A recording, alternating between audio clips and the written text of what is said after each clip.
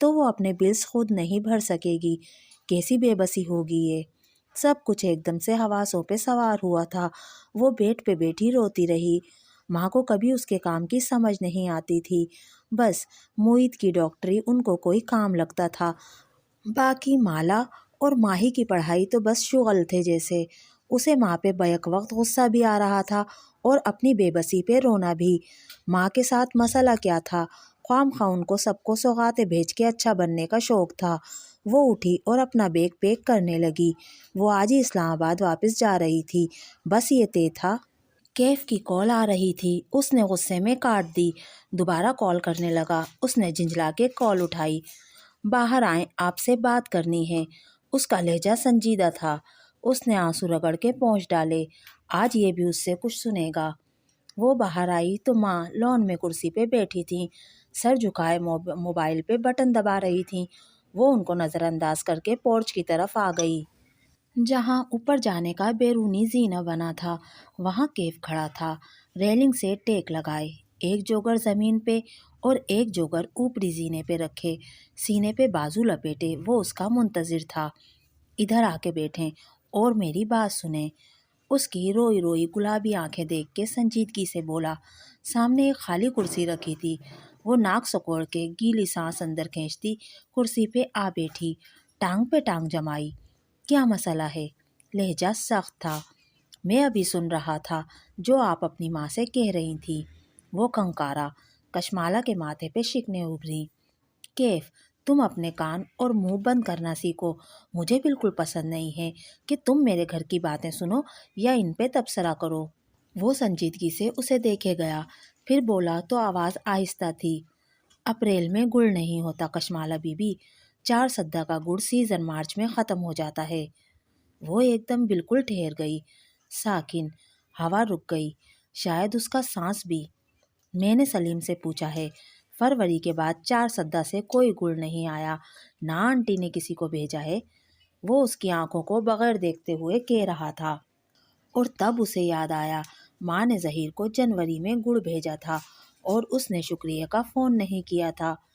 کیف پہلے زینے پہ بیٹھ گیا اور اسی سنجیدگی سے اسے دیکھتے ہوئے بات جاری رکھی۔ آنٹی نے مجھ سے 4 دفعہ پوچھا ہے کہ میں کون ہوں۔ وہ اپنی بات بار بار دہراتی ہیں اور وہ چیزیں بھول رہی ہیں۔ ان کے ذہن میں نئی یادداشتیں نہیں بن رہی، یا شاید وہ وقت کا حساب کھو رہی ہیں۔ پورچ کی فضا بالکل ساکن تھی، نہ وہاں پھولوں کی خوشبو تھی، نہ پودوں کا سبزہ۔ ہر شے کو زوال آ گیا تھا۔ کشمالہ، اس کی آنکھوں میں دیکھتے ہوئے وہ ٹھہر ٹھہر کے بولا، آپ کی ماں بیمار ہیں۔ اس کا چہرہ سفید پڑتا گیا، جیسے کسی برفانی رات میں گھر سے باہر گم ہو جانے والے کا ہوتا ہے۔ نہ جان تھی نہ سانس۔ وہ کسی خواب کسی کیفیت میں اٹھی، قدم من بھر بھر کے ہو رہے تھے۔ یونیورسٹی، کالج، کتابیں سب یہ سکھاتے ہیں کہ کامیاب کیسے ہونا ہے، کوئی یہ کیوں نہیں سکھاتا کہ ناکام کیسے ہونا ہے۔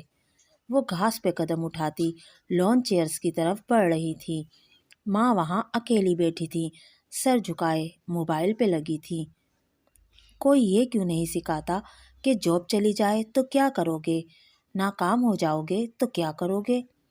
ماں کے ماتھے پہ پسینہ آیا ہوا تھا، جسے وہ دوپٹے کے کنارے سے پونچھ رہی تھی۔ دل ٹوٹے گا تو کیا کرو گے، مستقبل تاریک نظر آئے گا تو کیسے آگے بڑھو گے۔ وہ ان کے ساتھ کرسی پہ بیٹھی اور غور سے ان کا چہرہ دیکھا۔ وہ خوبصورت باوقار چہرہ آج بوڑھا لگ رہا تھا، جھریاں پڑ گئی تھی، بائیں جانب سے ہونٹوں کے قریب کی جلد لٹک سی گئی تھی۔ کوئی یہ کیوں نہیں سکھاتا کہ ماں بیمار ہو جائے گی تو کیا کرو گے۔ وہ شاید ماہی کو میسج لکھ رہی تھی، آہستہ آہستہ ٹائپ کرتی تھی۔ مالا نے نرمی سے انگلیوں کی پشت ان کے گال پہ پھیری۔ انہوں نے چونک کے اسے دیکھا۔ ماں، اس نے گیلی آواز میں پکارا، آپ نے ظہیر کو گڑ بھیجا تھا؟ میں نے؟ نہیں تو۔ انہوں نے حیرت سے نفی میں دائیں بائیں سر ہلایا۔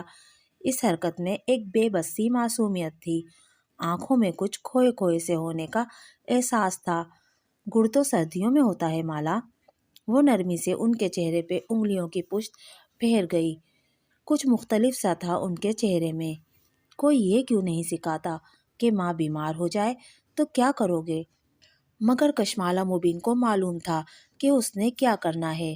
وہ حورِ جہاں کی بیٹی تھی، اس کے راستے متعین ہو چکے تھے۔ ہم اسلام آباد واپس نہیں جا رہے، میں یہیں رہوں گی۔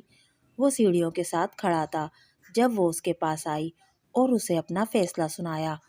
تم جانا چاہو تو تمہاری مرضی ہے، میں کسی اور کا بندوبست کر لوں گی۔ جو فیصلہ 5 برس میں نہیں ہو سکا وہ 5 منٹ میں ہو گیا تھا۔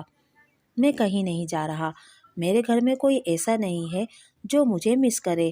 میں نے جو وعدہ آپ سے کیا ہے وہ میں پورا کروں گا۔ میں یہیں ہوں آپ کے ساتھ۔ کیف کو دیکھتی اس کی آنکھیں بھیگنے لگیں۔ اس نے بس اس بات میں سر ہلا دیا اور واپس مڑ گئی۔ اس کی انگلیاں ماہی کو میسج لکھ رہی تھیں، وہ میسج جو کوئی انسان اپنے ماں باپ کے بارے میں نہیں پڑھنا چاہتا۔ ماہی، ماں بیمار ہیں، ان کے ساتھ کوئی مسئلہ ہے، شاید الزائمرز۔ تم پاکستان آ جاؤ فوراً۔ چلی ویک کے اس چھوٹے سے گھر کے لاؤنج میں صوفے پہ نیم دراز مہابینا کا فون بجا تو اس کی آنکھ کھلی۔ وہ ٹی وی دیکھتے دیکھتے سو گئی تھی۔ وہ چونک کے سیدھی ہوئی، موبائل اٹھا کے دیکھا۔ وہ ایک میسج اس کی جان نکال گیا۔ وہ تیزی سے اٹھی، پیروں میں جوتے گھسیڑے اور کھڑی ہوئی، اور تب ہی اسے ایک عجیب سا احساس ہوا۔ اس کو شدید تکلیف محسوس ہو رہی تھی، اتنی شدید کہ حد نہیں۔ وہ کھڑی ہوئی اور سفید صوفے کو دیکھا جس پہ وہ سو گئی تھی۔ وہاں خون کے دھبے تھے، اس کے لباس پہ بھی خون تھا۔ نچلے وجود میں تکلیف بڑھتی جا رہی تھی۔ ماں، تکلیف میں اس کے لبوں سے یہی نکلا۔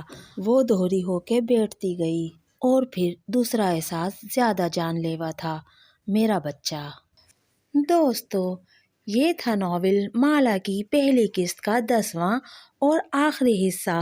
جلد ہی مالا ناول کی دوسری قسط کے پہلے حصے کے ساتھ حاضر ہوں گی۔ اگر میری آج کی ویڈیو آپ کو پسند آئی تو پلیز میرے چینل کو سبسکرائب کیجیے، میری ویڈیو کو لائک اور شیئر کیجیے۔ ملتے ہیں اگلی ویڈیو میں، تب تک کے لیے اللہ حافظ۔